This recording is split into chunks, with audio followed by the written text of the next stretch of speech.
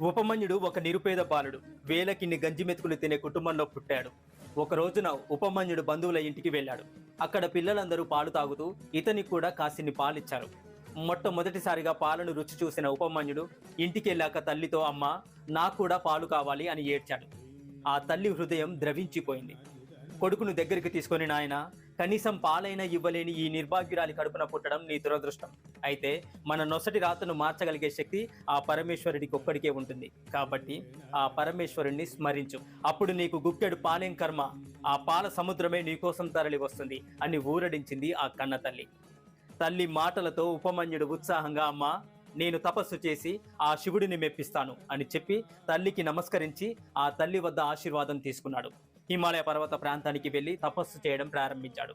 కఠోర దీక్షలో ఆ పసివాడు చేసే తపస్సు లోకాలను అల్లకల్లోలం చేయసాగింది. దాంతో దేవతలందరూ కలిసి పరమేశ్వరుడి వద్దకు వెళ్లి